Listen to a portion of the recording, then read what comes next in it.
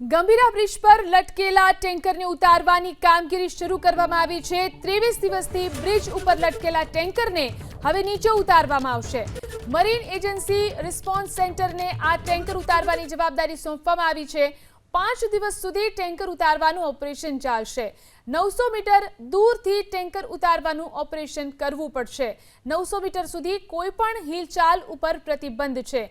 બ્રિજના ખૂણે બનાવવામાં આવશે 24/7 લાઇવ કંટ્રોલ રૂમ।